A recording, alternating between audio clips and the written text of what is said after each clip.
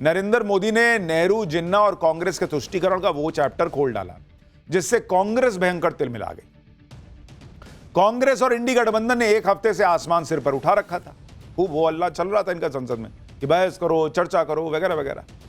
आज जब वंदे मातरम पर बहस शुरू हुई तो कांग्रेस को लगा होगा कि कहां आकर फंस गए, क्योंकि नरेंद्र मोदी ने तो धागे खोलने शुरू कर दिए।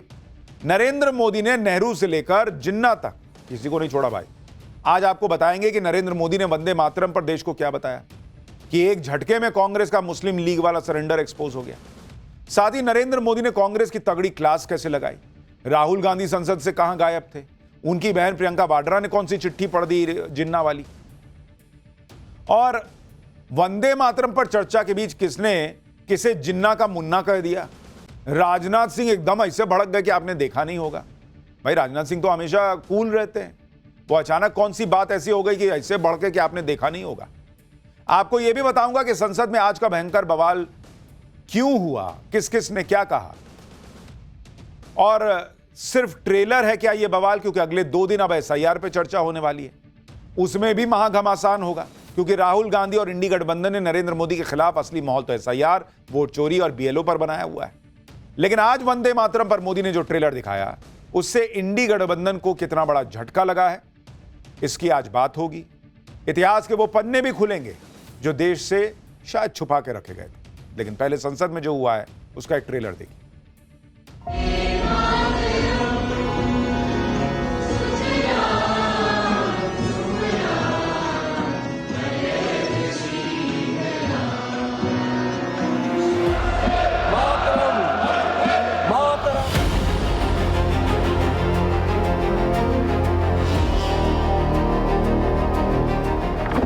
फिर कांग्रेस के तत्कालीन अध्यक्ष जवाहरलाल नेहरू को अपना सिंहासन डोलता दिखा। लेकिन इतिहास इस बात का गवाह है कि कांग्रेस ने मुस्लिम लीग के सामने घुटने टेक दिए कि हम मुस्लिम लीग की बात नहीं सुनेंगे। हम वंदे मातरम को नेशनल सॉन्ग का हम ये तवज्जो हम देना चाहेंगे। जिन्ना के मुन्ना को भी वंदे मातरम से दिक्कत है कि बंगाल का चुनाव आ रहा है, हमारे प्रधानमंत्री अपनी भूमिका निभाना चाहते हैं उसमें। दादा तबीयत तो ठीक है ना? नहीं, कभी कभी इस उम्र में हो जाता है। राष्ट्रवादी पार्टी राष्ट्रवादी पार्टी है और गाने से ज्यादा निभाना जरूरी है।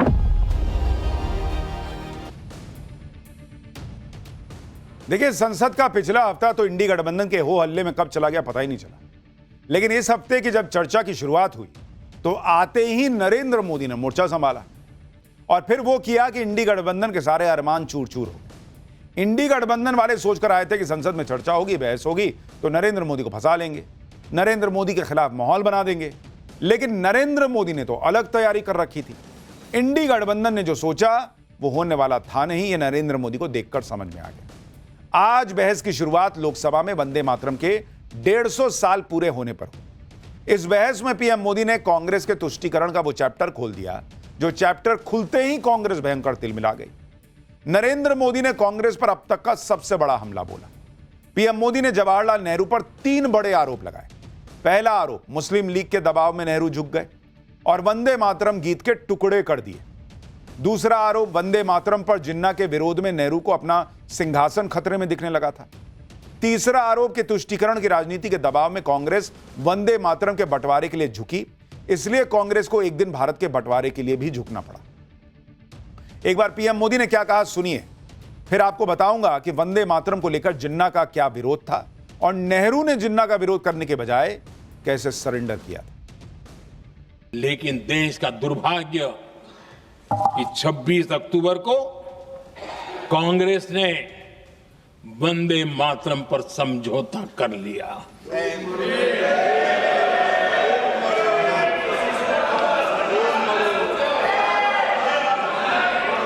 वंदे मातरम के टुकड़े करने के फैसले में वंदे मातरम के टुकड़े कर दिए। उस फैसले के पीछे नकाब ये पहना गया, चोला ये पहना गया ये तो सामाजिक सद्भाव का काम है, लेकिन इतिहास इस बात का गवाह है कि कांग्रेस ने मुस्लिम लीग के सामने घुटने टेक दिए और मुस्लिम लीग के दबाव में किया, और कांग्रेस का ये तुष्टीकरण की राजनीति को साधने का एक तरीका था। आदरणीय अध्यक्ष जी, तुष्टीकरण की राजनीति के दबाव में कांग्रेस वंदे मातरम के बंटवारे के लिए झुकी, इसलिए कांग्रेस को एक दिन भारत के बंटवारे के लिए झुकना पड़ा। दुर्भाग्य से कांग्रेस की नीतियां वैसी की वैसी थी है, और इतना ही नहीं, आईएनसी चलते चलते एमएमसी हो गया है। वंदे मातरम को लेकर पीएम मोदी ने और क्या क्या कहा वो बताऊं, उससे पहले देखिए कि संसद में जब पीएम मोदी बोल रहे थे तो कैसे हंगामा मच गया। विपक्ष के हंगामे पर पीएम मोदी ने चुटकी भी ली, पूछ लिया कि तबीयत तो ठीक है ना। देखिए क्या हुआ था। आदरणीय अध्यक्ष जी, दादा तबीयत तो ठीक है ना? नहीं, कभी कभी इस उम्र में हो जाता है। अंग्रेज समझ गए थे कि बंगाल की धरती से निकला बंकिम दा का ये भाव सूत्र,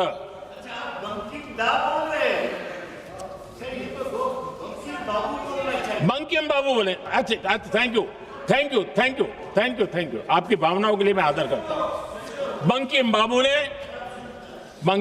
ने थैंक यू दादा, थैंक यू। हाँ, आपको तो दादा कह सकता हूं ना, वरना उसमें भी आपको इतराज हो जाएगा। राष्ट्रीय गीत वंदे मातरम के बारे में पीएम मोदी ने जो बातें कही, उसी से जुड़ा थोड़ा बैकग्राउंड भी आपको बता दूं, जिससे आपको इस विषय पर और क्लैरिटी मिलेगी। देखिए, वंदे मातरम की रचना सबसे पहले 7 नवंबर 1875 को बंकिम चंद्र चट्टोपाध्याय ने की। साल 1882 में उन्होंने इसे बंगाली उपन्यास आनंद मठ में प्रकाशित किया। रविंद्रनाथ टैगोर ने इसे गीत का रूप दिया और इसके बाद यह गीत आजादी की लड़ाई लड़ने वाले हर क्रांतिकारी की जुबान पर चढ़ा। लेकिन साल 1908 में मुस्लिम लीग ने वंदे मातरम का विरोध करना शुरू कर दिया। मुस्लिम लीग का तर्क यह था कि इस गीत में मातृभूमि की तुलना देवी देवताओं से की गई थी। मुस्लिम लीग को इस गीत में हिंदू राष्ट्रवाद के प्रचार की झलक दिख रही थी। इसी को लेकर पीएम मोदी ने आज इतिहास का चैप्टर खोलते हुए आरोप लगाया कि जब साल 1937 में जिन्ना ने इस गीत का विरोध करते हुए जवाहरलाल नेहरू को चिट्ठी लिखी, तो मुस्लिम लीग के दबाव में नेहरू ने वंदे मातरम गीत के उन पंक्तियों को हटा दिया जिस पर मुस्लिम लीग को आपत्ति थी। एक बार सुनिए पीएम मोदी इस पर क्या कह रहे हैं, फिर आपको बताता हूं क्या हटाया क्या नहीं हटाया और प्रियंका वाड्रा से लेकर बाकी लोग क्या कह रहे हैं। मोहम्मद अली जिन्ना ने लखनऊ से 15 अक्टूबर 1937 को वंदे मातरम के विरुद्ध का नारा बुलंद किया। फिर कांग्रेस के तत्कालीन अध्यक्ष जवाहरलाल नेहरू को अपना सिंहासन डोलता दिखा। वो ऐसा क्यों कर रहे वो तो पूछा ही नहीं, न जाना, लेकिन उन्होंने वंदे मातरम की ही पड़ताल शुरू कर दी। जिन्ना के विरोध के 5 दिन बाद ही 20 अक्टूबर को नेहरू जी ने नेताजी सुभाष बाबू को चिट्ठी लिखी। उस चिट्ठी में जिन्ना की भावना से नेहरू जी अपनी सहमति जताते हुए कि वंदे मातरम की, ये जो उन्होंने सुभाष बाबू को लिखा है, वंदे मातरम की आनंद मठ वाली पृष्ठभूमि मुसलमानों को इरिटेट कर सकती है, लेकिन देश का दुर्भाग्य कि 26 अक्टूबर को कांग्रेस ने वंदे मातरम पर समझौता कर लिया। वंदे मातरम को लेकर सीधे जवाहरलाल नेहरू पर सवाल उठे तो जवाब में प्रियंका वाड्रा ने वंदे मातरम पर कांट छांट का ठीकरा नेहरू से हटाकर पूरी कांग्रेस पर फोड़ दिया। बचाव में प्रियंका वाड्रा ने जो तर्क दिए उसमें उन्होंने कहा कि पहला तर्क सिर्फ नेहरू नहीं बल्कि पूरी कांग्रेस कार्य समिति में वंदे मातरम के शुरुआती 2 हिस्सों को अपनाने पर सहमति जताई गई। तो नेहरू जी लड़ जाते, कहते कि नहीं ना ऐसा नहीं होगा। भाई बहुत सबने जो है वोट दिया था कि पहला प्रधानमंत्री जो है वो किसको बनना चाहिए। तब तो नेहरू जी ने सबकी बात नहीं सुनी थी, गांधी जी ने कहा ना नेहरू को बनने दो। दूसरा तर्क 1937 में जिस कांग्रेस कार्य समिति ने वंदे मातरम पर फैसला लिया उसमें महात्मा गांधी, सरदार पटेल, गुरुदेव, रविंद्रनाथ टैगोर भी मौजूद थे। तीसरा तर्क कि रविंद्रनाथ टैगोर भी इस बात से सहमत थे कि वंदे मातरम के 2 ही अंतरे लिए जाए, बाद में जोड़े गए अंतरों के सांप्रदायिक मायने निकाले जा सकते हैं। चौथा तर्क यह था कि संविधान सभा में भी बड़े बड़े महापुरुषों ने वंदे मातरम के 2 ही अंतरे को अपनाया, इसलिए उस पर सवाल उठाना संविधान का अपमान करना है। प्रियंका वाड्रा ने वंदे मातरम की बहस को लेकर यह आरोप भी लगा दिया कि यह सब बंगाल चुनाव की वजह से हो रहा है, लेकिन सरकार को घेरते घेरते प्रियंका वाड्रा ने भी मान लिया कि कांग्रेस लड़ती रहेगी और हारती रहेगी। बंगाल का चुनाव आ रहा है। सुनिए सुनिए सुनिए सुनिए, हाँ कोई बात नहीं, हम तो देश के लिए हैं, हम देश के लिए हैं। आप चुनाव के लिए, हम देश के लिए हैं। हम जितने भी चुनाव हारे, हम यहाँ बैठे रहेंगे और आपसे लड़ते रहेंगे और आपकी विचारधारा से लड़ते रहेंगे। प्रियंका वाड्रा कह रही है कि बंगाल में चुनाव है इसलिए सब चर्चा हो रही है। इनके हिसाब से अगर वंदे मातरम गीत को लेकर 150 साल हो गए तो अभी रुक जाना चाहिए, क्योंकि अभी अगले साल बंगाल में चुनाव है, अभी इस पे चर्चा नहीं होनी चाहिए।